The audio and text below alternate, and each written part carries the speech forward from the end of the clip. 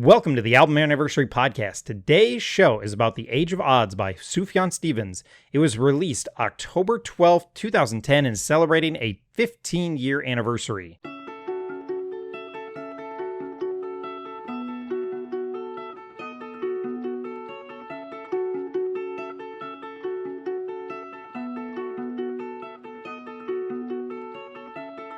It's been a long, long time since I've memorized your face.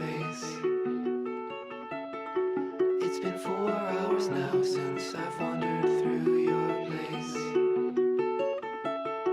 And when I sleep on your... Hi, I'm your host Caleb, or Caleb the Spy is what I go by on most social media sites, and every day on those sites I'm doing my best to post about what I call album anniversaries.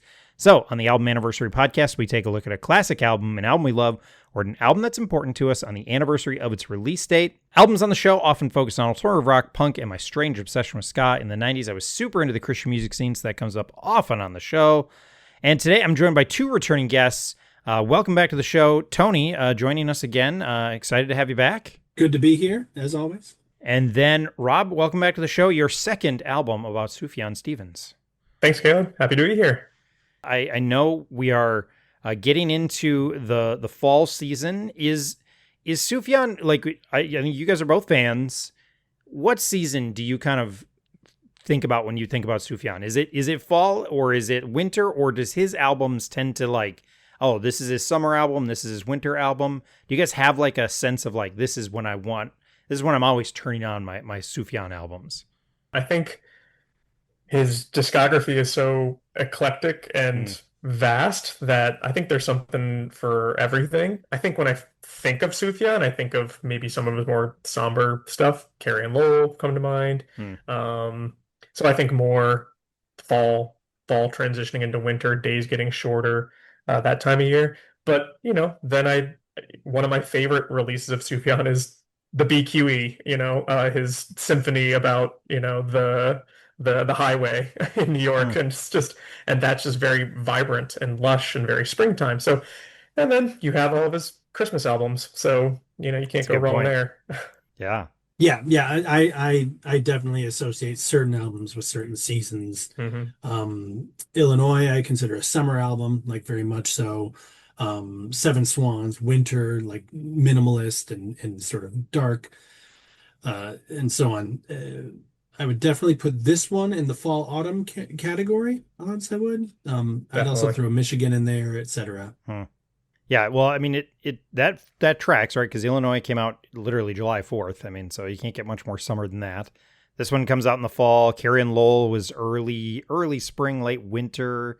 So he seems to not only be able to like, he actually kind of seems to line up with some of those release dates. I have no idea what's off the top of my head. I don't know what Seven Swans was when it was released, but yeah, he seems to line some of those up. So that's pretty impressive as well.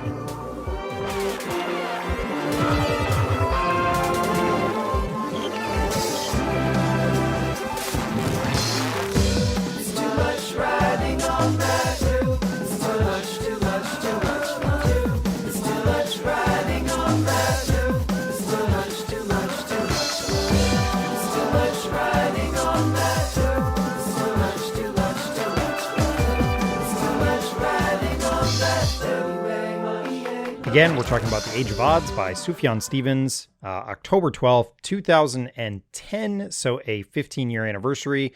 This is his sixth album, his sixth studio album, and it was his first full-length studio album in 5 years. He had released Illinois in 2005, and then, which we actually covered earlier this year on the podcast, and then this came out 5 years later. So 5 years in between studio album releases, which is something that he has done since that time. Like between Adz and Carrie and Lowell is 5 years, between Carrie and Lowell and Ascension is 5, etc. But at the time, right, like you had in rapid succession Michigan in 2003. Seven Swans, which whether you want to consider that an album or an EP is somewhat irrelevant. It's a major release to my mind. 2004, Illinois, 2005. So it's like bam, bam, bam. And then nothing except like little, what I would consider side projects. As brilliant and wonderful as they are, I'm sure we'll talk about them. But what's important about the lore of Age of Odds to me is that 5 year gap. Like Hmm. all of us that were fans were ready for new music. And so when this was the kind of music he released, the reception, its long-term reception, I think has a lot to do with that gap as well as the musical direction. Huh. Yeah, definitely. Yeah, we were chomping at the bit for this one. I know we'll get into that in the questions coming up about how we got into this album, but yeah, we were ready. It was a long time. And then we'll probably jump into also the EP, which is a very long EP that came out 2 months prior to this, to kind of set the stage for what Age of Odds kind of framed Age of Odds a little bit. Hmm. I think it's still at the time too when like the album cycle was a little shorter. Like right now, I feel like the album cycle is getting longer because you don't make money off albums, and so there's not like an incentive for bands to put out an album every year. Where like this was still at a time. I mean, 2010, you're starting to get there where it's not you don't have people putting out albums every year, but it still feels like two for major label artists. Like every 2 years was kind of still like I think kind of a standard. So like 5 years really is like nowadays, if somebody goes 5 years, I'm not even that thrown off by it anymore. But back then, that's a break. That's a huge break. Mhm. Yeah. And sure, he can't stop making music. Homeboy just releases music, whether it's with other people Yeah. or like side projects and all that. He's always doing it. But as far as what I would consider like the big studio releases, Yeah. solo work, that is become spread out so much more, even if there's an infinite variety of the kind of stuff that he's put out, and he's always doing it. Hmm. Yeah. The difference at that point, because of how rapid fire the earlier stuff had been, I think is important to bring up. Right. It really does make it feel like a long wait. Like it's kind of like, where'd he go?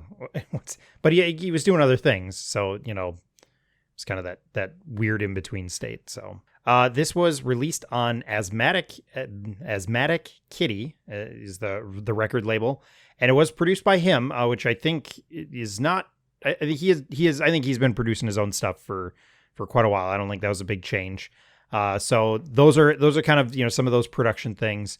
The album artwork. So the artwork, and then the album takes inspiration from the. This is how it was described to me. Described is the apocalyptic artwork by schizophrenic artist Royal Roberts. And I did not go any further into Royal Roberts, but his artwork clearly it's all over this thing. I think the cover is by him. And then it's, there's that word inspired. Like it wasn't just that he used the artwork. I think it was kind of inspired. So he drew inspiration from it.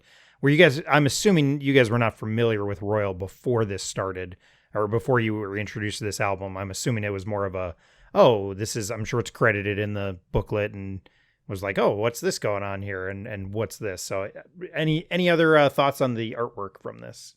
I think it's a key component to understanding and appreciating this album. Hmm. Not that it has a necessarily like specific narrative structure. I think there is thematic structure and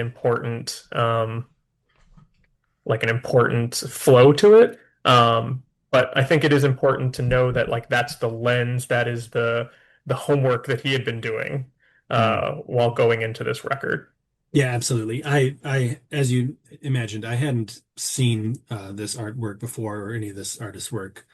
But on its release, a really significant emphasis was placed on it as like, it's not just like, oh, here's a cool album cover. It was like, this new album is related in a significant way to this artwork, and you need to understand them or at least appreciate them both in tandem. Right. This isn't a quote, but he's basically saying like I am writing this album in ways that are obviously auditory, whereas this is visual, but it kind of parallels the same trajectory of themes, which we'll dig into, of stream of consciousness, of untrustworthy narration, different things like that. That's super interesting. Yeah, the schizophrenic nature of it, like that idea of a lens or, one, I think a Rolling Stone article mentioned that it was like a springboard, you know. So it was like he was kind of starting with this as the inspiration and kind of the kind of some of the just art that he was taking in outside of music stuff, which obviously there was a lot of music stuff that was coming into his sphere of influence, which I know we'll get into, and just the electronic elements that get added to this album. Critically, it was really well received. Just in general, there's a whole bunch of reviews from it. One that he probably, well, I don't know if he cares about it, but Pitchfork, I know Pitchfork loves him. They gave it an 8.4, so they were all on board with it. 7 out of 10 from like Spin and Rolling Stone kind of mixed. So there's some mixed reviews in there, but like The Guardian, The Independent, who all gave it 4 out of 5. So generally speaking, it was pretty well received. It also did appear on several best of 2010 lists. Pace Magazine, The New York Times, and MTV all had it. And on their list, let's see if there's a couple other ones. Yeah, it was like number 6 for Time's top albums. Pitchfork had it as number 25 from that year. So again, critically, it was very, very well received on, I have at least 6 year-end lists that it made it onto. So even though there is the departure, which I know we'll talk about, it still was critically, it seemed to be pretty well loved. But that needs to be held in tension with how its long-term reception has been with his fan base. So critically, as you mentioned, it was well received, because I think that they didn't have a preconception that we need another States album, Right. and we need it to be folksy and quirky and novelistic and all that, right? They were open to it. But again, with this gap, and this is speaking from personal experience, I suppose, so maybe this isn't universally the case, but in my experience, this is a very polarizing album with Sufjan fans. And a lot of people who really love him and have loved him even over the whole course will still dislike this album and say, I never listened to it, and all that. So it's fan reception is significantly more mixed and polarized than its critical reception. Yeah, I agree with that. I think that even if people wouldn't say like, "Oh, I dislike this album," it's massive, and I know we're going to get into that, and it's a lot to digest. And I know some of his earlier Michigan, Illinois are also large in their own sense, but they're very understandable. They're the personal mixed with a lot of history lessons and state facts, and that minimizes what they are. I know that's not the breadth of what those albums are, but you know, people can relate to them. And then this album comes out, and it's hard to take a bite out of and be like, I get this. I can own this. This is mine. This helps define me right now. Like, it's hard to do that with this album because of the content, because of um the Royal Robertson nature of it all. So I totally agree with you, Tony. Yeah, yeah. In fact, I've got friends who, even though they love the Christmas stuff in particular and all that, they didn't really come back around to Sufjan until Carrie and Lowell.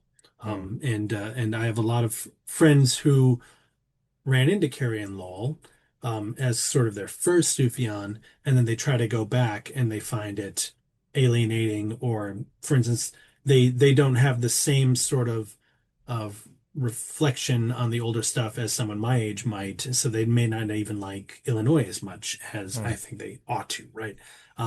But it's definitely a huge gap between Adz and Carrie and Lowell. So if you consider that distance not from Adz, but from Illinois to Carrie and Lowell, that's 10 years. And so for a lot of Sufjan fans, that was a sort of wandering land of quaint Christmas and an orchestral piece that they don't know what to do with. And then Carrie and Lowell is perceived as like a return to folk, a return to, quote, real Sufjan. And that's not how I saw it. And I love this album from the get-go. But I think that his fan reception will bear that out. A lot of people put Carrie and Lowell as their top album to this day. This would debut at number 7 on the Billboard 200. Commercially, this is really like, this was his kind of his biggest sales. Now, I I don't know if that is still holds to this day, but this sold really, really well. It was his highest charting album to date. Again, like I said, peaking within the top 10 of the Billboard 200, not the independent charts, not the like those sorts of things. Like Billboard 200, this is number 7. Had his best sales of the during the first week. And then it would also chart on obviously rock albums, independent albums, alternative albums, and those folk album charts. So it charted everywhere. But this was a huge seller when it came out, which also is interesting and probably maybe adds to some of the divisiveness.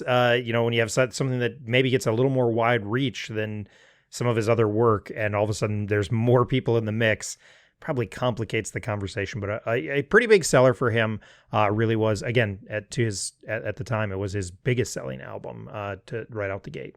And that might be like the long-term effects of the influence that Illinois had in the meantime, right? It shows up on soundtracks, important indie movies.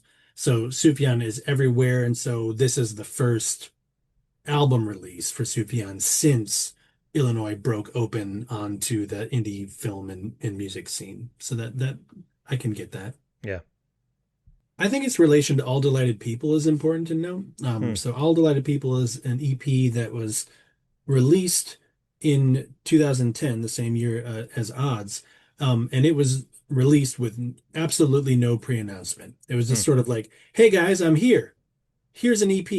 The songs are 10 minutes long, and it's very different than anything you're used to. And there's an album coming later, so get back to me on that." Like, it sort of hinted at where things were going to go, but even still, with that hinting, didn't really let us know, or at least people other than me, and we'll get to that, know what was coming. I knew what was coming, but a lot of people, even based on All Delighted People, with its like notable differences than his earlier stuff, even still, like Holland Tanager and all these songs from All Delighted People are still recognizably old school Sufjan.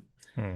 It's just the rock opera single, like All Delighted People, which he recorded twice for it, is sort of subtly saying, guess what's coming? You don't even know. Hmm. Yeah, that's the one that gets made fun of, right? Because it's an EP that's well over an hour. I mean, like, not just over an hour, it's like well over an hour. Yeah. Yeah. It should not be made fun of, though. It's so good. It's I so like good. it. I like It's it. All so Delighted good. People. Yeah. But no, it for folks who are paying attention, it absolutely paved the way for what Age of Odds was going to be. Hmm. But again, what Tony said, it came out of nowhere. And then like 2 months later, Age of Odds was here, which kind of steamrolled the whole thing and people kind of put away All Delighted People very quickly, I feel like. Yeah. Yeah. Which is wild. It's Mhm. wild. Do we need to mention any of the intervening music between Odds and Illinois here? Because Yeah. like Avalanche came out, which is pitched as a B-sides to Illinois. But I've always found that really funny. I'm like, man, if your B-sides are better than everyone else's A-sides, is it really just a B-sides? Like Avalanche slaps. Avalanche is so good.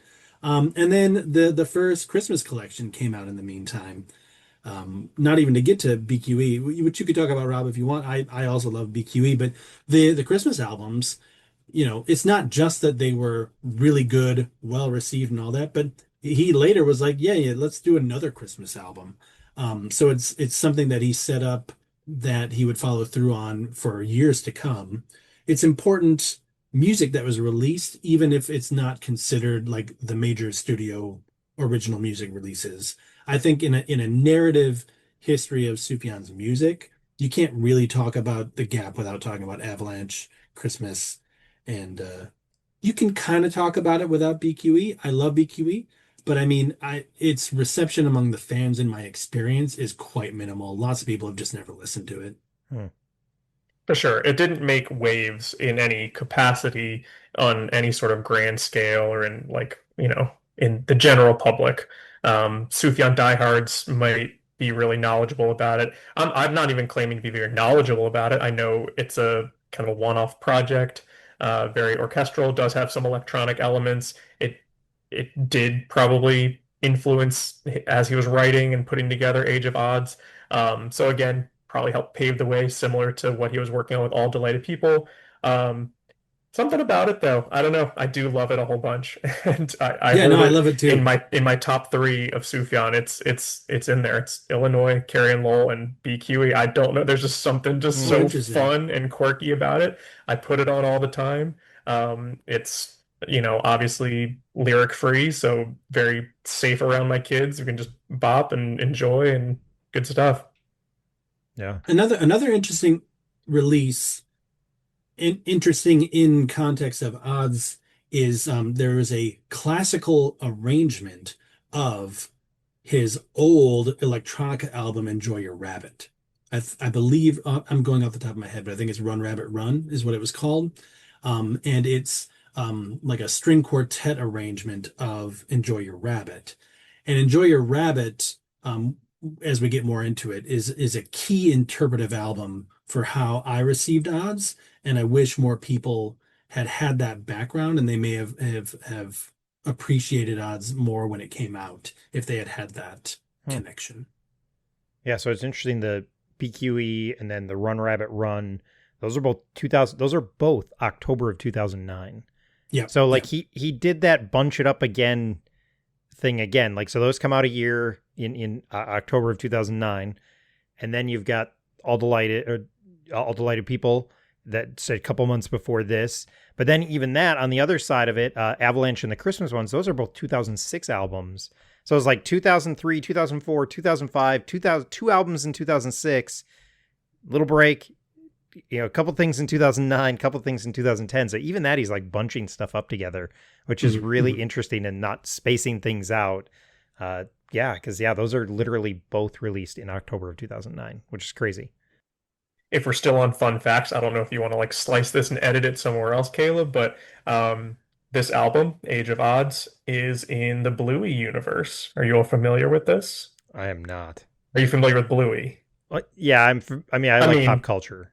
I okay. I mean, mean, I know it exists. It's a kids show, but it's a I Blue mean, my Dog kid oldest show is that 18, really so touches people. yeah. Like adults really connect with Bluey.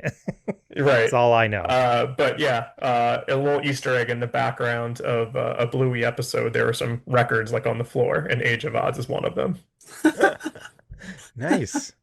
Amazing. It's like the Charlie Brown meme that goes around where there's him playing records and people put in the records they want and makes them joke. That's nice. Well, good job, Bluey. Hipper than me.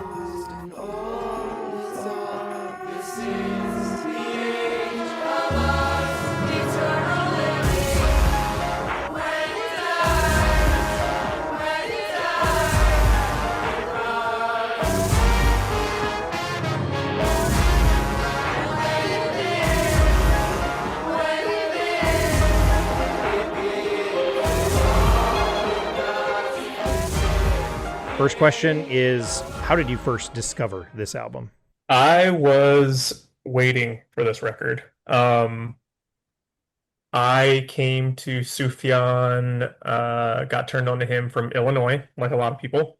Um, Probably told this story on the Carrie and Lowell episode, but for the sake of this album, I'll share it again. The In high school, I was big into punk, ska, some hardcore, emo, stuff like that. Um, Not Sufjan music. I was not aware of him at all. But a close friend of mine, we swapped music a lot. We burned CDs a lot. And so I made him some new CD about ska and punk, and he burned me Illinois. And it struck a chord pretty immediately. Hmm. And it was so out of left field of my um, current listening habits at the time. But there's just something so beautiful and intimate and vast about that record. Um, and so, yeah, became a fan, loved it, and worked backwards from there. Got Hmm. really into Seven Swans, got really into Michigan for a season. Um, uh, not the Rabbit album. I gotta admit, Tony, I'm glad you're gonna give us context about that because that's not something that I have listened to very much at all. It's come up on shuffle, and I'm like, nah. Yeah. To be fair, That just is being fair. I honest. think it's fair. Um, Um, but yeah, so but I was ready for this. I was excited. When All Delighted EP came out. Well, let me backtrack. The year before, BQE, already mentioned that. Loved it from the start. I was like, this is cool. Love the mix of styles and sounds that's going on here. Very different. Um, but not a standard formal Sufjan landmark album, right? So All Delighted People blew my mind. I was ready. And then, yeah, as the announcement came, like, oh, in 2 months, there's going to be more. Let's go. Yeah. And so when it hit, I had it ordered. The CD come to me. I was, what, 2010. So yeah, that spring I just graduated college. So I was probably in my apartment or maybe just recently moved back home to my parents for a little bit and had it delivered. And yeah, I was ready. I was into it. I mean, we'll get into it more with our discussions. Like it was, you know, a little bit of a jarring shift, not as much as for other people probably, because I'd been kind of pacing with some of those in between side projects and things here and there. But, I knew it wasn't a state album, but I wasn't sure for I wasn't ready for what it was. But yeah, discovered it and I love Age of Odds. So highly anticipated. Definitely. You're waiting for it, pre-ordered. That's awesome. Yep. Awesome. Tony, how about you? This is one of my absolute favorite music stories to tell. Like it truly. Like Rob, I was introduced to Sufjan with the Illinois album. Instant in love with it instantaneously. Backtrack, listen to all of the previous stuff, all the way back even to the beginning with his debut, A Sun Came, and became a huge stan. And like all of the people who were huge fans, I also was waiting in anticipation of what was going to be released and loved everything that he did in the meantime, right? That we already mentioned, but um I was still like, I want the album to come out, right? But um we need to go to 2009 rather than 2010 for this story. My philosophy professor, who was a hip young former evangelical guy, uh, at this was at the community college. My philosophy professor texted me. He was like, "Hey, do you want to go to a Sufjan show?" I was like, "Wait, what? He's coming here? I didn't know about this." And that's because he was doing a micro tour at small venues in order to test out a lot of his new material live. Hmm. And so my philosophy professor asked if I wanted to go to this that I had not yet heard of. And I was like, absolutely. So we went to this tiny venue called 400 Bar in Minneapolis, now defunct, sadly. It was a really great historic venue for all kinds of wonderful music. And that area of town, venue after venue, has been shutting down in recent years, and is it's really affecting the local music scene in a sad way. But at this point, it's been quite a few years since 400 Bar was around. But still, at the time, just a tiny little bar with I don't even know how many people, definitely less than 100 in Yeah. this tiny bar. We show up. I'm expecting, of course, new folk music. That's what we were all ready for. Even if at that point it had been public that the states, the idea that he was going to do all 50 states was a gimmick, and we all knew that that wasn't coming, right? So I wasn't expecting a state album, but based on his overall trajectory, if you take out Enjoy Your Rabbit, I'm expecting some kind of folk Americana album. But instead, in this tiny little venue, this tiny bar with whatever, 75 little fans, and he does this material.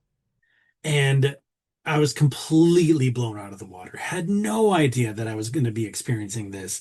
And it's not just that he performed Odds and All Delighted People material ahead of its release, but he also did really, really early music that I've seen him live a whole bunch of times. To this day, I've never seen him do any of the old music live other than this tiny little concert. So he did Majesty Snowbird, for instance, an unreleased track that you can track down on YouTube and listen to, but he's never released it on an album or an EP or anything like that. And the song Happy Birthday from A Sun Came. He played those live, and I've never heard him play any of that older material, that obscure material, except in this one. So that's how I first encountered this album, actually, was a year before it was released in a dark bar. And he had a bunch of his like band friends touring with him. I don't remember if like Sharanova and other relevant names, I can't remember if they were touring with him for this, but it was a big full band, like, huge brass section, big rhythm section. It was a big, like the stage was crammed full of Sufjan people.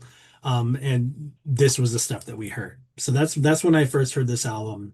One of the best concerts of my entire life, to this day, an absolute highlight of my musical journey.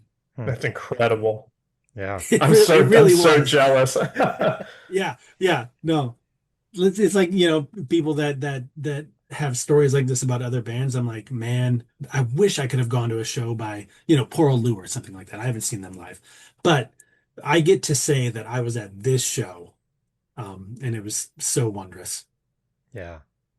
Yeah, there's something amazing about the big act who does those sorts of tours, and all of a sudden you get to see them in these, tiny venues, and it really does feel like something special. That's pretty amazing.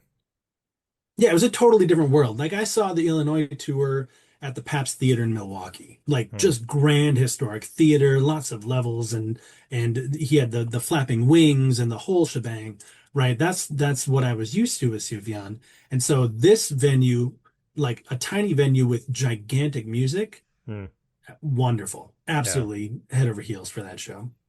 That's awesome. That is funny because the reason this show is on the calendar at all, I probably would have skipped it, to be totally honest. I probably wouldn't have, like when I was planning the schedule, I probably would have skipped this album, was because when I posted about this last year, Tony, you hit me up on Twitter before you had abandoned Twitter, and you were like, we got to cover this on the podcast because I have a story about it. And I was like, all right, I'm putting it on there. So I literally put this on there because I was like, all right, Tony called it a year beforehand. So, or maybe even 2 years. But anyway, no, because I wasn't doing the podcast. So yeah, that's why this show is on the schedule. So, yes. There you go. With such a small group of people, like 75 to 100 people, did you get to like talk to him or the band? Did they like hang out? Did they like what'd you think of the new song? Like anything like that? I didn't get a chance to talk to him. I don't remember off the top of my head if he was conversational with people afterward, but he did a lot of talking and talked about that this was a new direction for him, and he is workshopping the material on this tour. So like he gave some background. It was far more talkative to the crowd, I think, probably because of the size and because of the nature of this micro tour. If you look up some information, there's like a Brooklyn Vegan, I think, post about this tour. It's just a few dates. I have no idea why Minneapolis of all places, which usually gets skipped over, was part of this, but I'm really glad that it was. Yeah. He wanted you to be there. Exactly. Sufjan personally wanted me to be there. That's right. However, so I got to see this music live. But I'm forever bitter and resentful of my brother for this. When Sufjan was touring formally the Adz album, right? His show was in St. Paul and happened to be on the very night that my brother got married. And I had to be at that wedding because it's my brother, but I've always held it against him that I didn't get to see the Adz formal tour. Which if I like, the stories are that he did, like, for instance, the entirety of the final track live, and there was whole like dance and disco things and all this. So I didn't get to see it because of my stupid brother, who I love. Yeah, he's got like an electric outfit for this one with like lights that light up. He doesn't have the wings. Like it's a whole different look on this tour. Yeah.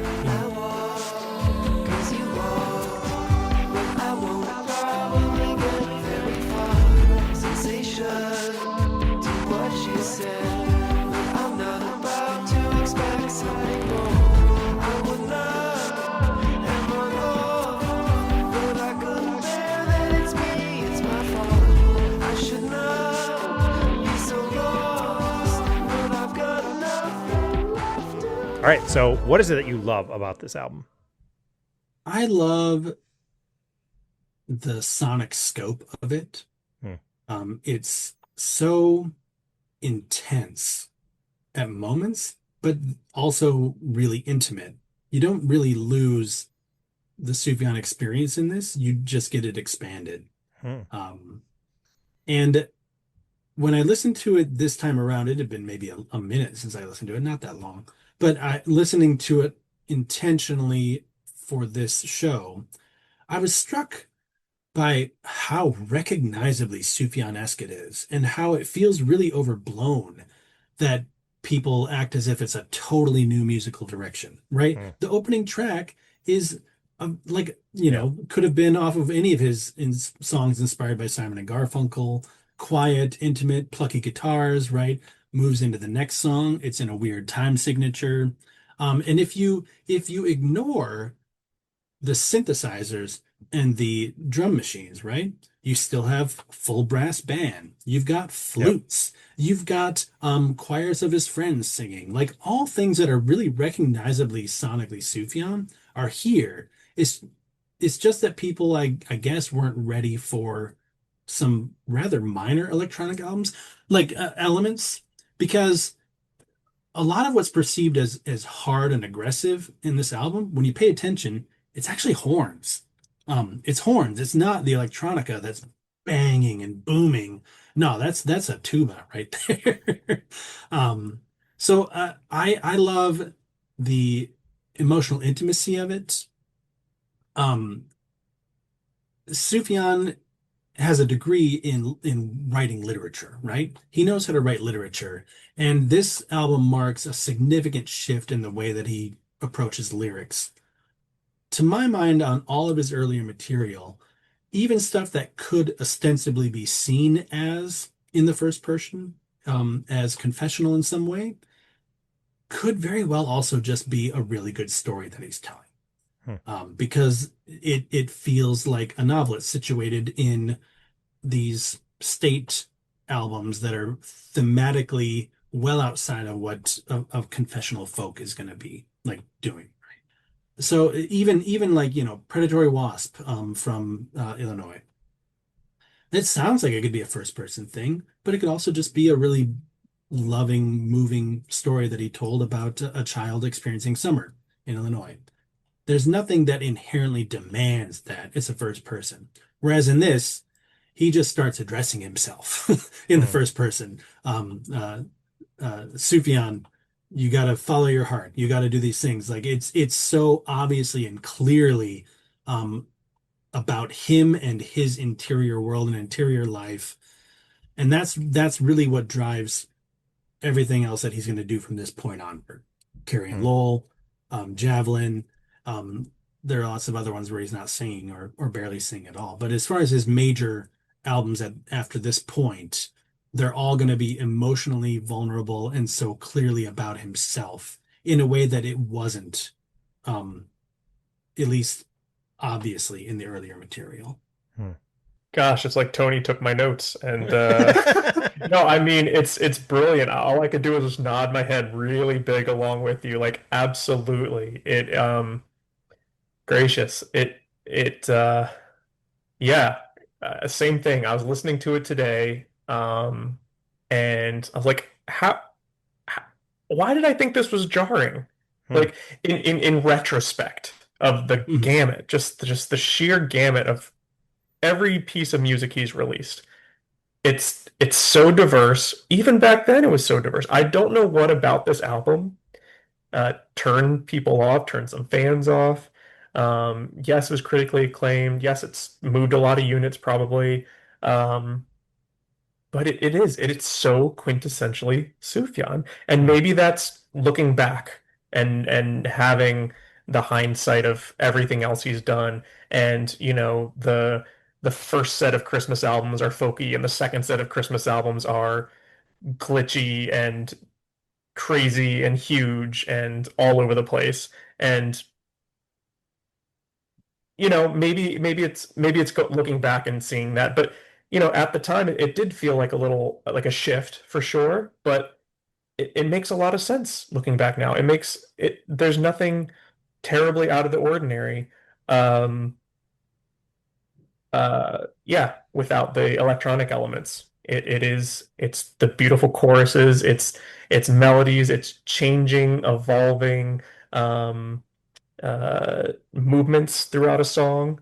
Um, yeah, I mean, it's exactly who he is. His trajectory has continued to be very eclectic and, for lack of a better term, unpin downable.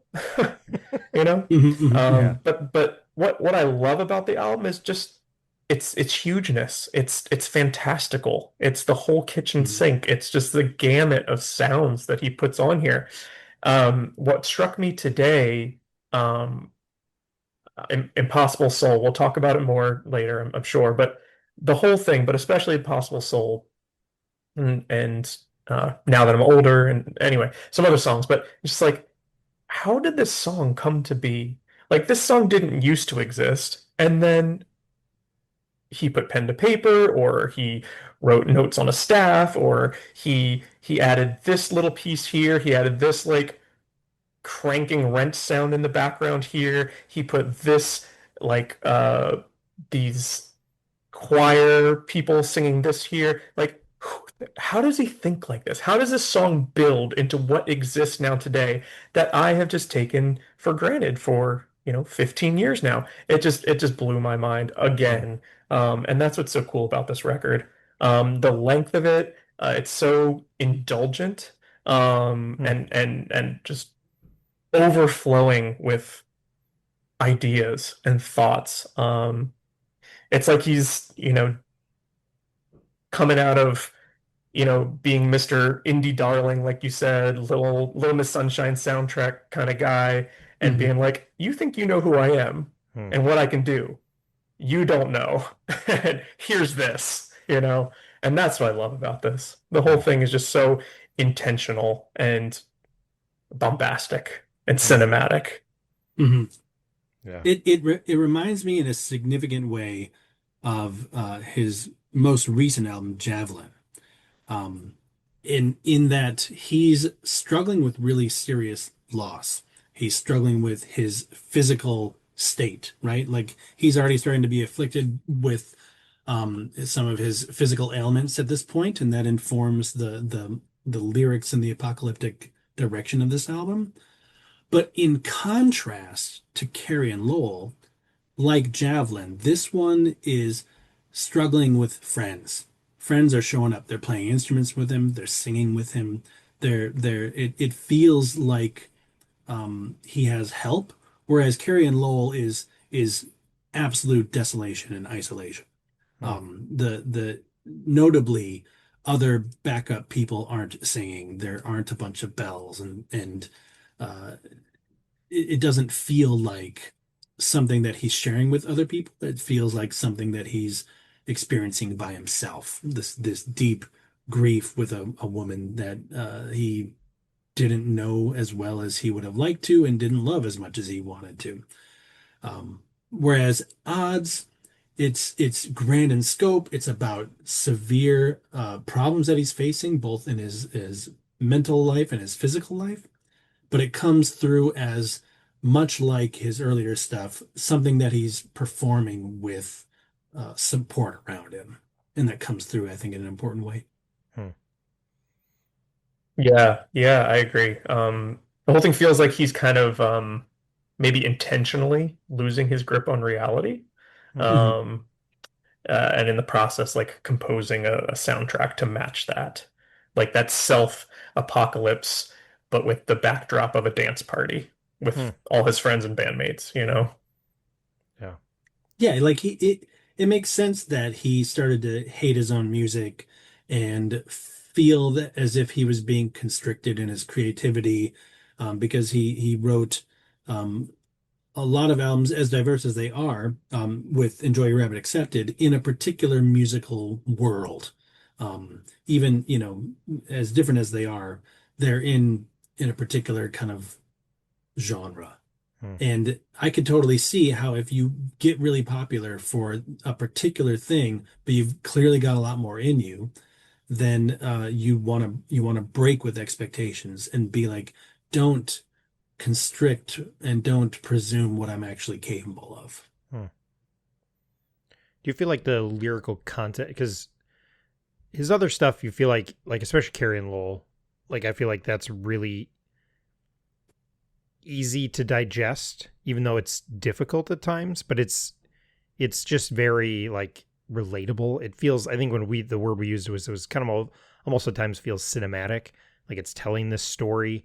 Where this does, I have a harder time doing, because there isn't like an underpinning concept here. It's just more wide open. But like, do you guys still feel like you connect with the themes from this album? Because there's some darkness on here.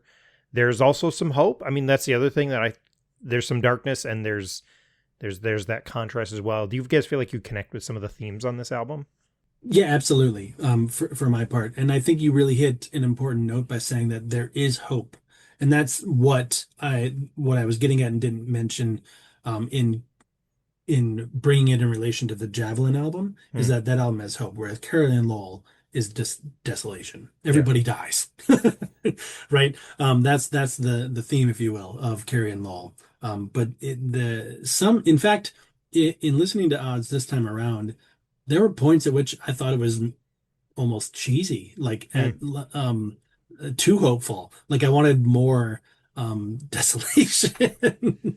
As silly as that sounds, I just thought some of them were just sort of like, like pull yourself up by your bootstraps, Sufjan. You can do it. You can get beyond this. And I'm like, oh, that's cute. I'm glad that he's like saying that to himself because he's addressing himself in the songs. Hmm. On this album a lot of times. So even if he's struggling with something dark, he's wanting to push himself beyond that. And thematically, I really enjoy that he's exploring what he ends up going in. For me, this is the new direction that he goes lyrically. Hmm. It's established here. Yeah, I think there's some cheekiness on this record Hmm. that I think needs to be noted as well. I think there's some playfulness. Not necessarily like when we think of playfulness, like, oh, lighthearted. No, it's still pretty like heavy thematically.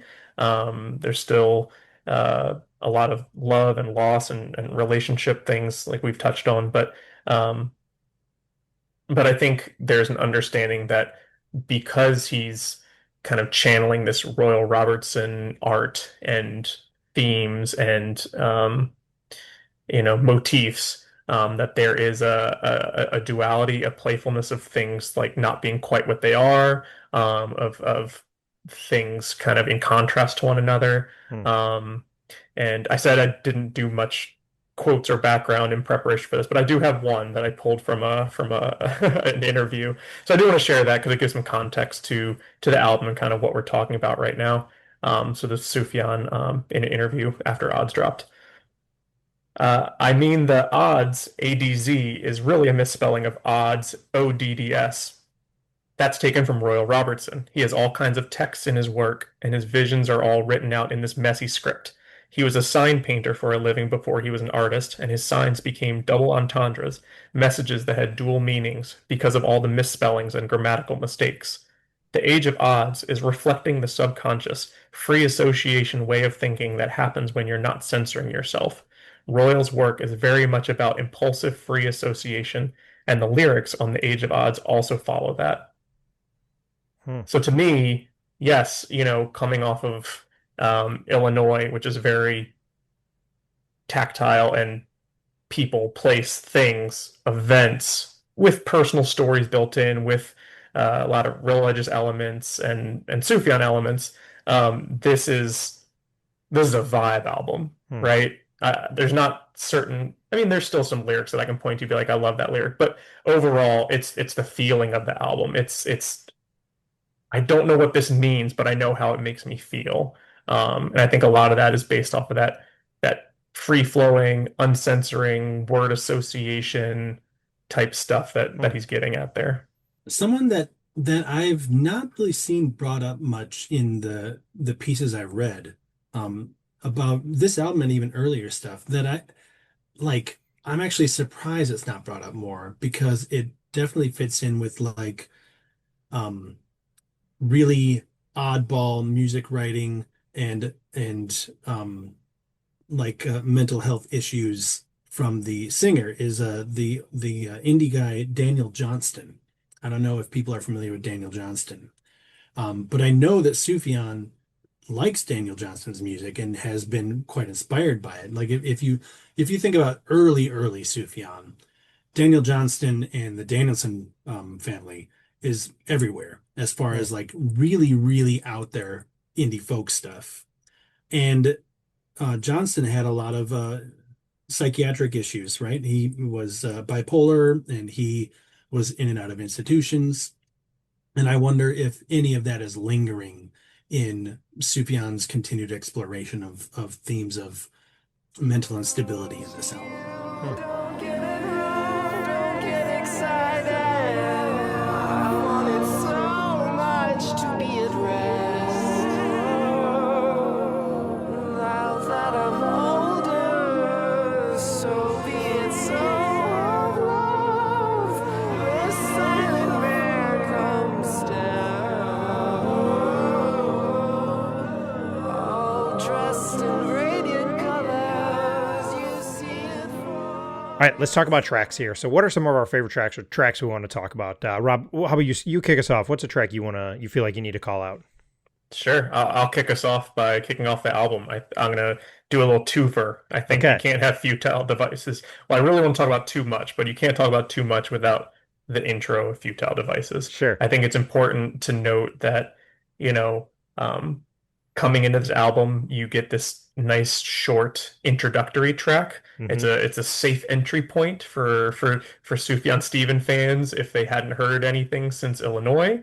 It's got these layered vocals. It's very elegant piano, and it's just pretty. It's nice. And then it's quickly done. And then too much starts, and you got this weird kind of aquatic sounds going on, this kind of start-stop glitchy soundscape thing going on before the heavier electronic elements kick in, and it's very funky and it's very danceable and it's great headphone listening because it pans really nicely left and right. Hmm. This whole album is excellent headphone listening, by the way. I mean, it's great rocking out on big speakers too, but if you like hearing cool dynamics, this song and this whole album is great for that. Yeah, it just it touches on too much. Huh, that's a pun. It touches on anxiety and worry about love. It touches on a kind of a de-evolution of a relationship. And then what I love about this is that like halfway through, the vocals, or at least new vocals, are essentially done. And then there's a whole second half to the song. There's still some vocals. They're pretty sidelined and it's just kind of repeating in the background, but you have these horns and electronic beat breakdowns, and it's so much. It's too much. I love this song. I think it's so cool. Yeah, the final third of it is really a whole other song. You could argue the first two songs are kind of three songs in there, and because yeah, it like by the 5 minute mark, because it's about a 7 minute song. By the 5 minute mark, you're like, I can't remember how this song started because we're in this whole other place, and it's like Hmm. just this journey that you go on. Yeah, I wasn't gonna choose those as my top ones, but what does that mean really in an album that you love every song on? Because I also love um those opening tracks, and like you, if I were to talk about it, I would say that Feudal Devices is like an introduction to Too Much. But Yeah. Too Much is when like the opening, the electronica stuff starts and everyone that was already on board for Feudal Devices like, wait, what is this? What's this new thing that we're doing? So that's why I wonder if this did feel a little like, I wonder if Feudal Devices sets you up to feel jarred. Like, because I think if you would have just jumped right into Too Much, maybe people feel like, oh, this is just something new. But the fact that he leads with this, what I would call standard Sufjan sound, and then it switches into this whole thing. But you mentioned it earlier, it still has so much of his standard stuff. One of the first things I noticed, like a couple minutes in is, oh, there's the horn section. Like it's so there. There's no hiding it. So it is still all there, but I almost wonder if like he kind of cheeky was the word you used, Rob. Like Feudal Devices almost feels a little cheeky. Like, hey, here it is. Now here's what we're really gonna do, and he kind of kicks into it because I think that's why it might have had that jarring effect back in 2010.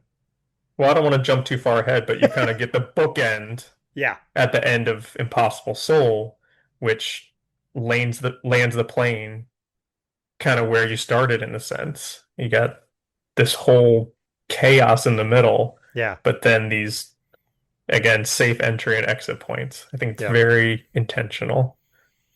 yep. Too Much is one of my favorite songs. Not my favorite, but it's one of my favorites off the album. Mm-hmm.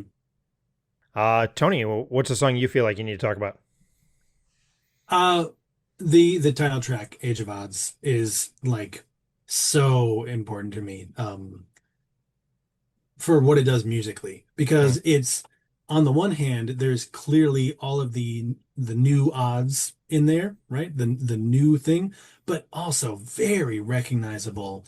You've got a lot of choral support in this song, and you've got I love a dynamic song, and Age of Adz has lots of rises and falls, like it's up and down in its intensity, and it's beautiful for that fact. And between the horns, the flutes, the the background vocals, and the dynamics, it feels both in place with traditional Sufjan and out of place with it because it's still situated in this new direction that he's going. And I'm also a sucker for a long song. I love a long song. That one's 8 minutes. And it's the variety and the the different musicality moments that are happening all throughout it that keep me really interested. I don't I don't really notice how long any of these songs are except Impossible Soul. Hmm. And even though there are transitional ones, almost nothing other than those smaller songs are under 5 minutes. They're five or more. Yeah. And my favorite songs from the album, for the most part, are the long ones. Hmm. Yeah. I love how big the sound gets on this. Like again, Yeah, so big. it feels full and like it kind of makes you think about like seeing this in a tiny little bar. Like if this is a song he played, it probably did feel like just not just loud, but probably just felt so full. Like just really filling the room is how it would make, and there's other elements on the album that feel that way, but this was that first moment I noticed it on the album that it just feels this big sound that's filling the space. Mhm. Yeah, exactly. It's so big. That's the one where when I really paid attention, I was like, oh yeah, for whatever reason, I perceived the intensity of this song as electronic, but I'm like, no, it's horns. Hmm. Like that's where it's really loud is with the horn section. Yeah. Um, for what it's worth, on the if the internet is to be believed, and that's a stretch, but if it is to be believed, Too Much is the song that he opened with for the tiny show that I was at. Oh, okay. Cool. Yeah, Age of Odds is a great track. That the intro just knocks you on your butt. It reminds me of like, do you remember old like Maxell cassette tapes? Yeah. And Hmm. like the Hmm. symbol is like the guy in the chair like getting blown away by sound. That's what the intro feels like. Or like maybe like the what's that Christopher Nolan movie Inception with the you know Yeah. that's what it feels like. But then it also has yeah the Sufjan elements, the like the trilling flutes and like sleigh bells. It's Yeah. Hmm. there's so much happening in that song. It's great. Yeah. This is not one that I expected to mention here, except after listening to the album a couple times over the past week.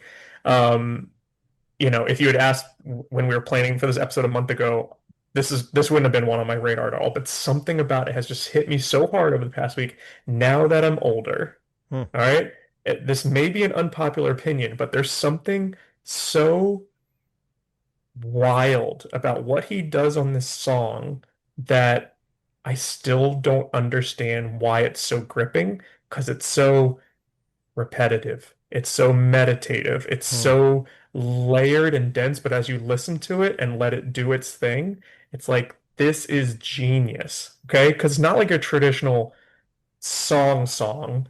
It's got this haunting, moaning, ghostly choir in the background. Um, and it just keeps coming back to that. Now that I'm older, and it's almost like a skipping record. I don't know how to describe it, but the 5 minutes just fly by. And I'm Hmm. sure for some people they're like, I wish that song were 1 minute or, not on the record. But for me, I'm just like, I over the past week, I'm just in awe of how this was one of those times where it's like, how does someone think of something like this and build a song out? Like, where does the impetus, where is the starting point for creating the sounds and the elements and telling your choir what to do to make a song that sounds like this? How does this exist? Hmm. And I'm just flabbergasted by it. Yeah. Absolutely, that was going to be my next song. It's absolutely arresting in its beauty.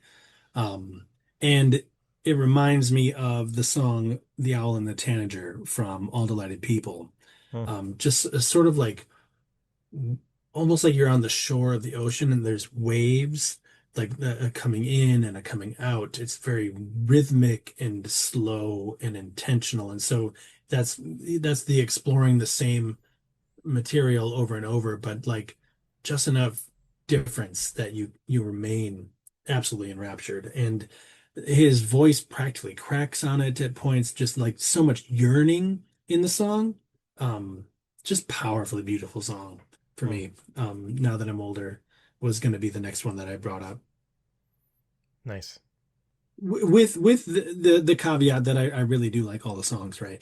But the next one that I had on my list that I wanted to make sure that I mentioned that I love is Vesuvius. And Vesuvius was one that had always been a favorite song of mine from early on, from as soon as it got released, right? And again, that's because it's another beautiful one. It's got choral elements, and the electronica is there in this one. It's kind of more upfront than in some of the other ones. And the big choral support on this one is another thing that I love. What's funny is that listening to the album several times in preparation for this show, it as much as I do love it, it was again now that I'm older that was like, oh, how is this not my absolute favorite all Hmm. along? Because it's so good. So I felt that it sort of kicked Vesuvius out of its previous spot of upper echelon, but it's still really high. I mean, it's silly to comparisons are odious, right? And and it's not fair to compare it. But Vesuvius is another one that I love, and really it's because I think it's beautiful, and hopeful. It's very like hopeful in its orientation. This is my favorite track on the album. Okay, yeah. That's definitely mine, and I think it's the one that I think does the best job of meshing his kind of standard sound with the electronic, where I don't notice the electronic elements as much. Like there's other songs where like Age of Odds, I notice the electronic things. Like they're kind of there. Like you hear his chorals and other the choir stuff and the horns, and then you feel like there's this other layer where this just, I think he really nailed the balance on this one. And I don't know, there's something about this one. There's a couple of them. There's one more that I would consider, but this is my favorite track on this album. It's just, I think it is. It's just beautiful. It This is the one that for me, like the way it builds and the choir just gets more full as it goes. That is Hmm. just so beautiful. And this is the one that just I feel like is the most, it gets done and you're like, oh, that was a 5 minute song, and it felt like just a heartbeat, because it's just, it at no point do you feel like it's dragging or it's rushing. It just, he's just really nailed that the whole composition. So it's my favorite song on the album. Hmm. Nothing to add. I mean, it's a no, I mean, it's on my list too. You can't not talk about Hmm. Vesuvius. It's It's the song Tony referenced a couple times where he talks about himself in the third person. Yeah. So Vesuvius, he plays with that word and evolves it into Sufjan, like Yep. Vesuvius, it all ties together. If you hear it, it'll make sense, but it's hard to say it out loud and make it make sense. But it does. The song evolves, the words evolve, Hmm. again, some of that cheekiness and playfulness and dichotomies are here. The track rules. Yeah. It's good. It's so good. Yeah, absolutely. I'll just at least touch on or at least mention it's not a top track, but I Want to Be Well. Okay. Uh, Again, these themes of like Sufjan, whether intentionally or not, playing with the expectations of his audience, then to come in and have the F word like 20 times in a row. Hmm. It's just like, Yeah. it's like, wait, I thought you were a Christian artist or Christian adjacent or maybe not or indie darling and now this. Like not in a bad way, but just so different, so it's a great track. I don't want to just focus on like the F words, but it is a focal point of the song, so it has to be mentioned. Um, but that again, these songs are all have and we'll get to Impossible Soul, which has literal movements, but I Want to Be Well and Vesuvius and a lot of these have these mini movements where it's kind of a more standard song with verse and chorus, and then it turns into this I want to be well repetition over and over again, and then it evolves into I'm not fucking around over and over, and they all like layer and build into this whole like thesis statement of the song as a whole. It's Hmm. fascinating. Yeah. My second favorite song on the record is this. I love it. I love how upbeat it is at the beginning. And again, he kind of just playing with convention, like because it starts out kind of almost poppy, and then it evolves into something else, and it evolves into a statement about a whole bunch of other things. And so I think at first I was like, let's just get on with it because I knew the 25-minute song was blooming, but halfway through Looming. it, well, because it's like I know it's coming, and Right? so I was like, let's just get on with this. And then I was about halfway through it, and I was like, wow, this is great. Like I need to slow down and actually take this song in. So yeah, it's my second favorite song on the album is this one. I think it's a statement to like the themes of mental health on this too, Yeah. you know, just the way it evolves or devolves or however you want to talk about it. Yeah. Yeah, and that this was also my next, like I had to mention this song. It's so important to me. Lyrically, I feel about the F word in this song the way I feel about the transition between Field Devices and Too Much, Hmm. right? Like he's setting you up for a particular expectation and then completely messes with it. And with this one, the first part of the song feels very Sufjan-esque. And then it gets to this. And initially, on first listen, I wanted to be like, why are we doing this? This isn't like something that I've come to expect from you and all that. But I don't think that I had yet taken him seriously enough about how severe his struggle was at this point. I Hmm. knew because of all the information about the art and about the new lyrical direction that he had struggled with mental health and physical health, and that informed this album. I knew that, but I didn't give it its just desserts until later, and I was like, oh no, he's just absolutely crying out in desperation that he wants to be well and he can't get there, and so he's bringing this refrain in because he needs you to know, he needs us, the listener, to know how serious the situation is. It's quite dire. Hmm. But musically, one of the things that I love about it, because I always love alternative time signatures in general, this one, so Too Much is in 7/8 time, and then this one starts in 7/8 and then has a small 4/4 transition, and then it goes to the end in 5/4. Hmm. So I love the transition between time signatures and what he's doing with that, and how you don't notice it unless you're a dork like me who really pays attention. I'm like, wait, so I'm counting out the 7/8 and then it moves and I'm like, oh, is this what is this 6/8 or is this 4/4? And then I had to count it out, and then the end is going, and I'm like, wait, this is totally different. Where's the downbeat on this? And by the end, I'm like, oh yeah, I love musically what's going on this song, and it's so diverse. Yeah. And he's always done time signatures, at least had done them in Illinois and Avalanche, and it had been a feature of what he did, and this song is flush with it. So I love that about it as well. So I love the musical intensity of it. I mean, the lyrical intensity. I love the musical rhythms of it. And I love that he's trying to get the listener to pay attention Hmm. in a significant way. I love this song so much. Nice. We had a little meeting, so we're saving this song. So nobody had to bring it up because I said I'd promise an opportunity to talk about the grand closing of this album at the end. So the album closes with a 25-minute and 35-second song. It's got 5 parts, and it is called Impossible Soul. It closes out the album. I'm pretty sure it's its own side on vinyl. I'm sure it's all one thing. In fact, you might even have to break this up. I actually wonder if it's. I'll look it up while we're talking and see what it looks like on the vinyl, because I think standard vinyl's side is 22 minutes. So you might not be able to fit it all on one side. I'll go look. But what are you guys' thoughts on this, the closing track? Well, I think Rob, based on our earlier stuff, you've got more that you want to say about it. I'm going to be somewhat controversial and say should have been an EP. Ooh.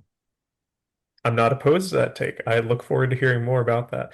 I don't have a ton to say, but I just wanted to push back against Caleb because it sounds like he doesn't care for 25-minute songs. I It's not true. I love a grand closing. I love a big swing. What bugs me the most about album closers is when they just sound like another song on the record. Like, I don't want that. I either want it to be like, if it's a fast album, bring it down for that last song, or if it's a slow album, bring it up for the last song. Like, the closing track should stand out. So I like that for this. For me, this is one of the tracks where his vocals, there's an auto-tune moment that kind of pulls me out. And just in general, I thought it's good. But it wasn't something that I was just overly in love with. It's got enough fun and catchy moments to keep me going. And I will say part 5, I'm assuming part 5 is the last little one, the bookend that you talked about earlier. That's pretty. That's really, really great. So it's not that I don't like it. It just was, I think it's such a daunting one. It's sitting there. So I enjoyed it. It just didn't blow me away. I listened to this on my flight this week because I was traveling for work, and it was the entire descent into Chicago, which I thought was kind of funny. That like that's the entire. It took the entire time as I was scribbling down notes. So Chicago in the state of Illinois. yeah, Yes. in the state of Illinois. Yeah, And I landed and said, Very I was intentional. listening to the wrong album. What's going on here?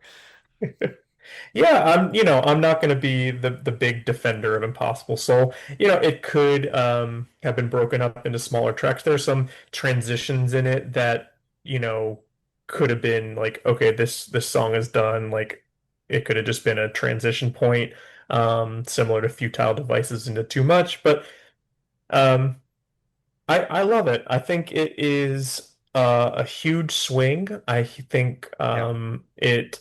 Uh, goes through it kind of touches on a lot of the love and loss and mental health and breakdown of relationships and how he struggles with the health and how he relates to people or can't relate to people that we've seen on the rest of the tracks of the album, but kind of condenses it into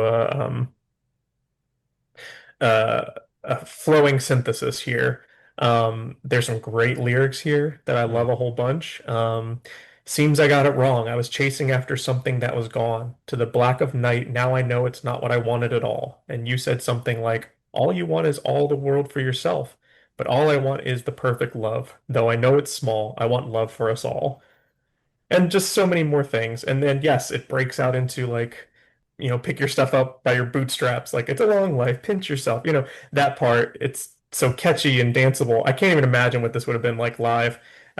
Tony, I feel bad you had to miss this for your brother's wedding. Shame. It's a real Well, no, shame. I did see he played this at the At the 400 mini bar. show? Oh, at the Yeah, mini he show did. he did. Oh, Yeah. okay. Nice. Wow. But I don't think it was the same level of stage production as he did on the tour. Sure. Sure. Yeah. Not the neon lights and the day glow tapes and all Yeah, that. exactly. Yeah, yeah.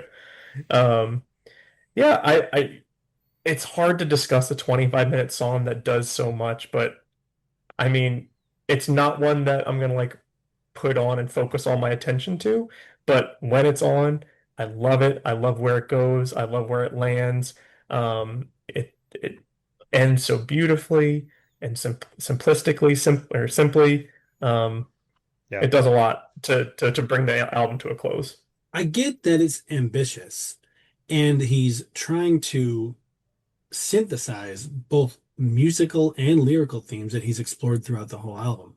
So he clearly wants it to be a finale to this specific record.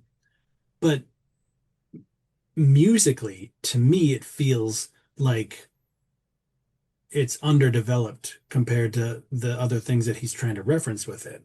And Hmm. especially on the wake, like of I Want to Be Well. To me, I Want to Be Well has both the musical and the lyrical um, intensity and maturity that it should have, to me, been the natural closer of the album. Hmm. And Impossible Soul could have been an EP and still been related to it, but none of, for me, of the musical elements of the final track are as rewarding as the things it's trying to reference. And Hmm. that might just be me. But from the very beginning, I've felt it was kind of a bit indulgent, much in the same way that because this was, I believe, even the same year that Bon Iver's Sophomore came out, and I don't know if anyone remembers the final track on that one, Beth Rest, is another long electronic based exploration that I was like, oh, get to the point. See, I love that song. So, Yeah. no, I like the song, I didn't feel that it was connected well with what he had already done on the album. So that's how I Sure. feel about Impossible Soul as well. Like Beth Rest, I felt belonged to the side project he did at the same time called Gangs. I don't know if anyone remembers that really Hmm. obscure, Yeah. local to the Twin Cities. He was involved in that. I was like, this is a Gangs song, so let it be a Gangs song. Don't let it be Hmm. a Bon Iver song. Anyway, sorry to bring us out. It's just I'm trying to reference final tracks in indie music in this very same year that I just felt weren't as um complete as I would have wanted them to be for a final track on a record. Yeah. I get that, and I don't disagree with you. My only pushback, not pushback, I guess my frame of reference for this song is that it's more of an epilogue than a closing track. I'd agree with you Mm. in that I Want to Be Well is the huge load-bearing song that does kind of end with the most intensity, the most kind of gravitas. And then this is like, you know, the John Williams credits at the end of Star Wars. Like you've heard all these themes in the movie and they carry more weight in the movie, but now you get to hear them all and it's fun and it's long and it's Hmm. kind of kitschy in some parts with the auto tune and with the not cheerleading, but yeah, kind of cheerleading vibe to it. So I guess that's what I love about it. It's kind of Hmm. a summation. It's an epilogue. Is it 100% necessary? Not necessarily. Is it super self-indulgent? Absolutely. Um, but yeah, so I don't disagree with you, but my frame of reference is epilogue, summation. It's not trying to bear the weight of everything that came before it. Hmm. Mm. I do like that framing actually, epilogue. That's a good one. Yeah. Although, what are the first two letters of epilogue? EP. Oh. Bang. Nailed it. I will say that line, I Want Love for Us All, that was the lyric that stood out the most on the entire album for me. Like it was Mhm. the one that came through the clearest and just like stood out really to me. So I'm glad that got referenced because I agree that it's a really great line. And another example of how I feel that this album is corporate. It's addressed to us all. It's taking support and love from his friends and fellow performers. It's very much even though he's struggling and suffering and expressing that in this album, it's one that he's doing with people around him. Hmm. And so that line is another example of it. I want it for us all. Like he's saying it to the people that he loves in his life. Um, and that is a great example of it. Yeah. More playfulness with language, right? Boy, we can do much more together. Get a life, get a life, get a life. It's not so impossible. Um, and, girl, I want nothing less than pleasure. And then at the end, boy, we made such a mess together. Hmm. Just the ways these similar phrases change and a word changes and a meaning changes, and um, it's fascinating. Yeah. I must do myself a favor and get real. Get right with. I know I've lost my conscience. I know I've lost motion. But I must do the right thing. I must do myself a favor and get real. Obviously, we're talking about this album. We want people to go back and check it out.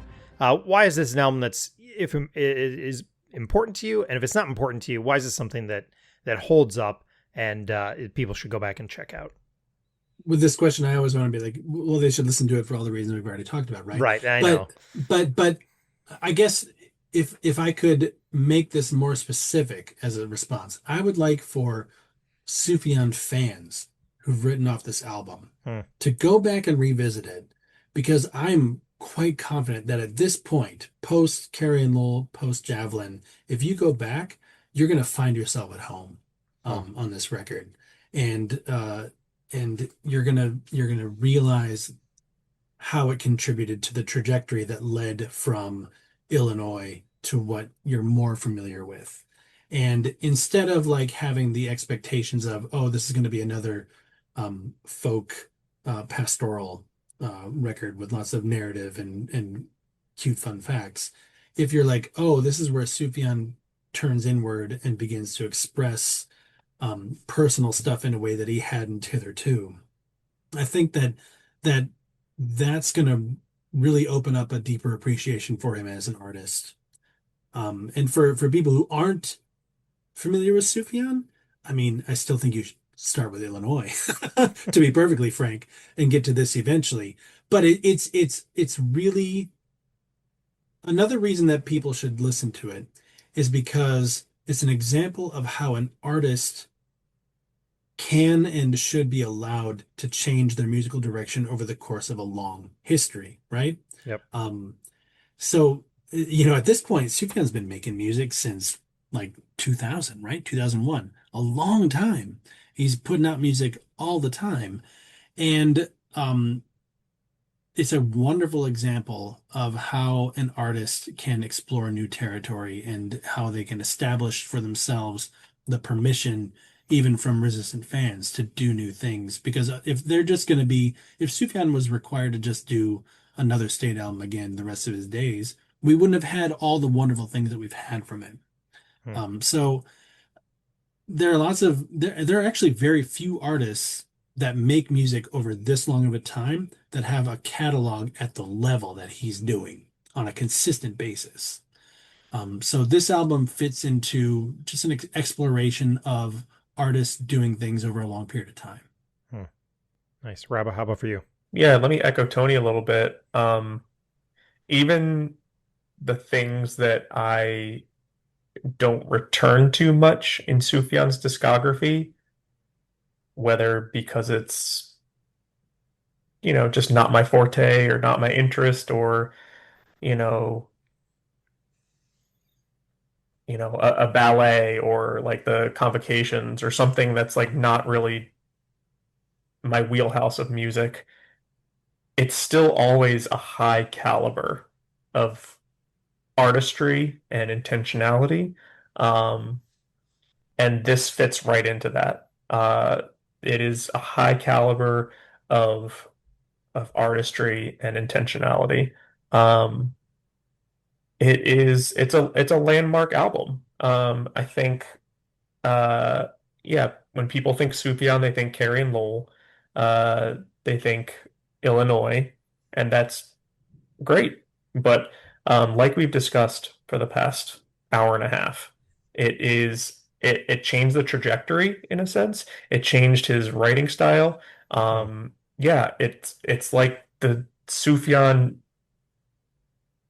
egg cracked open a little wider, and he allowed himself to kind of shed a lot of the constraints and the gimmick of the state projects and everything, and the intensity and research that he had to pour into writing those, to allow himself to just be a music artist that wanted to do whatever he wants. And then he's taken that in such wonderful, diverse places, from Planetarium, which I love, to uh, Poria, which is fascinating, to yeah, Javelin and A Beginner's Mind. We haven't even talked about that. That's such a cool record.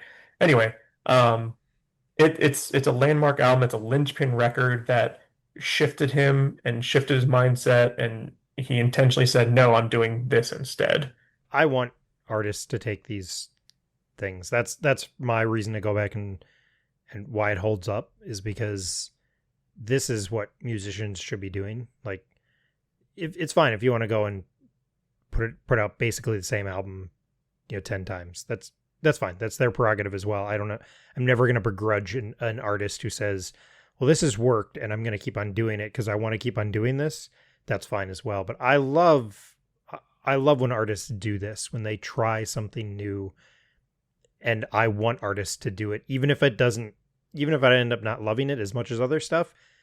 That's irrelevant for me. I'd rather have an artist try something new that they want to try than not be able to do it. So that's for me as a reason to go back and check this out, because yeah, it's different, but it's not so far from the other stuff he's done that it's like, oh my gosh, this is not Sufjan. No, it is. It totally is. It's a slightly different view into what he wants to do, and I'm glad he got to do it. Yeah, it may not have been what you expected him to do at the time, but that's okay. And Yeah. in retrospect and hindsight, like Tony said, if you like Javelin, if you like some of these later things, you can look back on this and say, oh, wow, he was kind of touching on that or building on that or transitioning into that here. And that's what really makes this album shine. Yeah, there was a band that I really liked in high school called Delirious, and they, in their origins, were like what we would think of as a worship band. They basically set the standard of even what that would be. They didn't really exist before Delirious in any notable way. And so they released an album called Metamorphosis. I remember getting it at the Sunshine Music Festival, being so stoked to listen to it. I'm like, yeah. And all of a sudden, it was like alternative Brit rock, singing about love and loss and things. And I'm like, what? Where's the next deeper? Where's the Hmm. next song that I can play as a worship leader in church? And I shelved Metamorphosis for years because it didn't conform to what I wanted from the band, what I expected from them, what I thought I would find useful. And years later, I came back around to it and I was like, oh, I actually like this now that I'm free from that particular expectation. And I think that people would be rewarded by returning to this album if they hadn't in quite a while. It's gonna pay off for you. Hmm. Nice. I can think of very few musical artists that have had a career as long with as consistent a quality as this. You're talking at that point, you're talking about Bjork, you're talking about Radiohead, you're talking about David Bazan, like kind of rare gems that are able to explore new musical and lyrical ideas over the course of multiple decades of continuous music production, which would be different than other bands that maybe released a few albums in the 90s and then came back 20 years later and did a really fantastic one. That happens, and I love that. But like I'm talking about professional musicians who just keep writing over and over, not many can equal what he does on a consistent basis.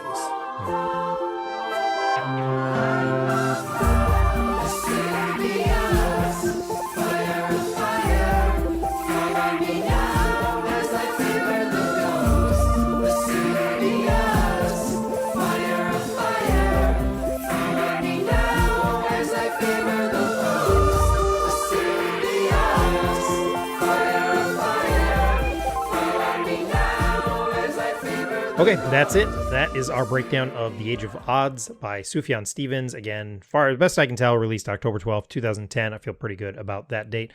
Celebrating a 15-year anniversary. I know both of you, we before we started recording, I joked that both of you were people who left Twitter.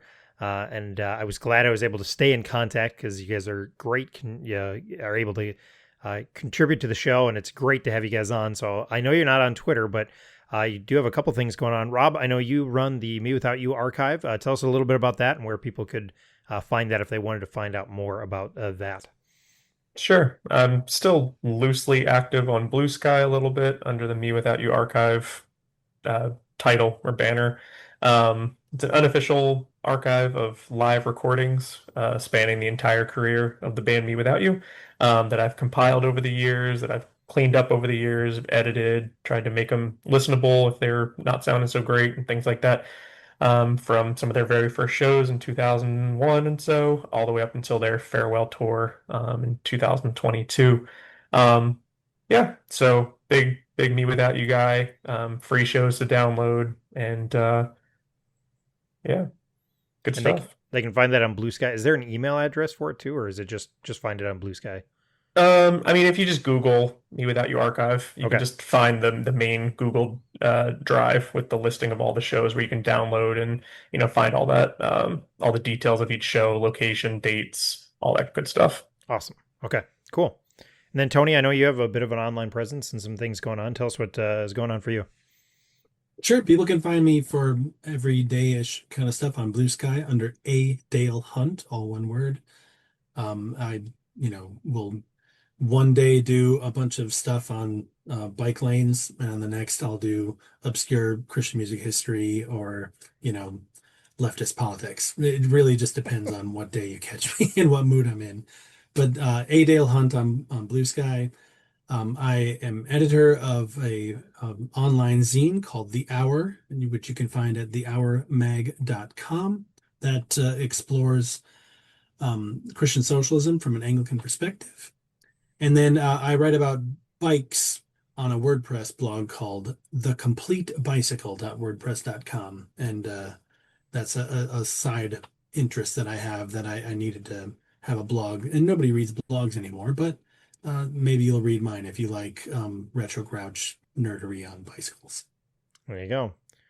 That's part of the Minneapolis, St. Paul scene, right? Is got to be into the bikes. So Exactly. that's why I had to move it to the suburbs.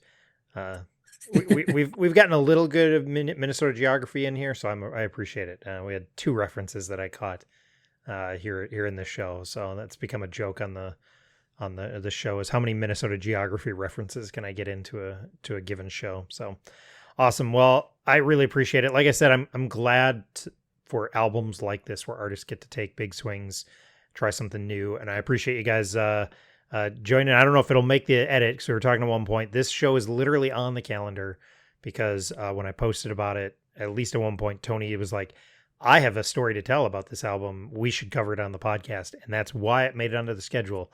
So those things do matter if you connect with me and you're like, I really want to talk to about this album for this particular reason. I can't cover all 400 episodes in 2026 that I could do an episode on. I can't do all of them. So those personal connections always make it more interesting for me. So I really appreciate you guys taking a little time on a Monday night to talk, and hopefully I haven't kept you up too late. Because I know it's the beginning of a work week. But so, yeah, thanks so much, guys, for hanging out and talking about this album. I really appreciate it. Thanks for the opportunity, Caleb. Yeah, thanks. Fun to talk with you, Rob. I appreciate it. Yeah, Tony, nice getting to know you. Awesome. Absolutely. All right. Thanks so much, guys.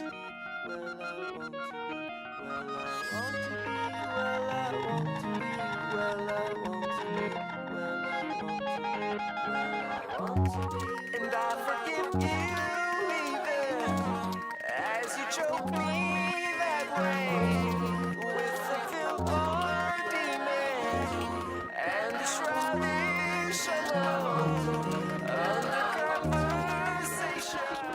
Thanks for listening to this episode of the Album Anniversary Podcast. I want to say thanks again to my guests, Tony and Rob. Great to have them on the show. Great to talk about this album again. Like we said, glad when artists can take big swings, and I was glad to talk about it. Let us know what we got right. What do we get wrong? What are your favorites from this album? I'm still on all the social medias. I'm there, Caleb the Spy. You can find me. I'm also on Patreon, YouTube, Blue Sky, Instagram, Twitter. I'm on all of them. Find me there. You can subscribe. You should be able to search for Caleb the Spy or the Album Anniversary Podcast. I also have an email, CalebTheSpypodcasts@gmail.com. I have a spreadsheet. I have all my shows that I'm trying to look into for 2026. Trying to start doing some planning for that. I got some shows finishing out 2025 on. If you're interested in a show, hit me up. I'll give you access to the spreadsheet. We can talk. Leave a rating or review. Share the podcast. For those of us who are not famous, we're trying to gain a listener one person at a time. So spread the word if you can. If you like something I do, tell other people about it. Leave a rating or review. Again, it helps the algorithm. Or tell somebody that you're into music and this guy's a total jerk. You should listen to him. No, don't tell him that. I also do work on another podcast called I Survived Youth Group in the 90s. We have a backlog of our episodes that are out. We're working on some new ones. We're going to try and find a space for it. Just life has been really, really busy. We're going to try and do a season 2 if we can. But you can check out that show as well. I Survived Youth Group in the 90s. Thanks so much for listening, and we'll talk to you soon.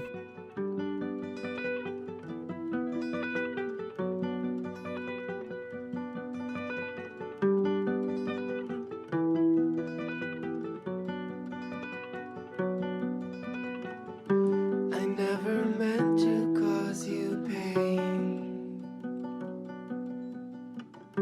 My burden is the weight of a feather. I never meant to lead you. Welcome to the Album Anniversary Podcast. Today's show is about the Age of Adz. Oh my gosh, that's not right. Is it ads? Ads? Odds. It is ads. Ads? Odds. Oh, we disagree. In the song, it's... Oh, let's see if we can pronounce it. What do you think it is, Rob? Odds. Odds. That's what he You says might in the be right. interview. I've Oh. always understood it to be ads because I initially thought that it was odds. For years, I said odds. And then I felt like I heard somebody say ads. I guess Oh. I could be wrong. So, quick Google search says Age of Odds is how we do it. There you go. All right. I will conform. Well, you can call it whatever, and that'll be a point of contention. That's fine. I'm going to try and say it right since I'm so good at mispronouncing everything. So, all right, I'll try that again. Welcome to the Album Anniversary Podcast. Today's show is about the Age of Adz by I'm off to a good start. I got this. Yes, it is the year of Sufjan. This is my third episode about him this year. Awesome. Let's move on to our final question so we can get you out of here. Not crazy late. The vinyl, just for reference. The vinyl takes part 4 of Impossible Soul and puts that on the end of side of discs or side 1 of disc 2. So this is a 2-disc vinyl, and so side C ends with, it goes from I Want to Be Well straight into the 4th part of Impossible Soul, and then side D, the final side, is the rest of Impossible Soul without the 4th part. So the time constraint really messed him up on the vinyl release. So that's kind of interesting. So He did it to himself. yeah, well, Exactly. it'd be interesting to actually try and listen to it that way, grab the 4th part and jump around. It'd be kind of a pain to do, but it'd be interesting to tackle it. So all right. All right, so I'll let you guys pitch your stuff, and then I'll let you guys log off. I know it's getting late out there in Baltimore, so I'll try and get done here. So all right, I haven't recorded in a while. Can you tell? I am not doing my transitions well. Jeepers. You deserve a break. Yeah, well, it wasn't a break last week. It was I got to travel for work. It was fine. I'm glad we did it, but it was a bit much on my wife, I think. But, all right.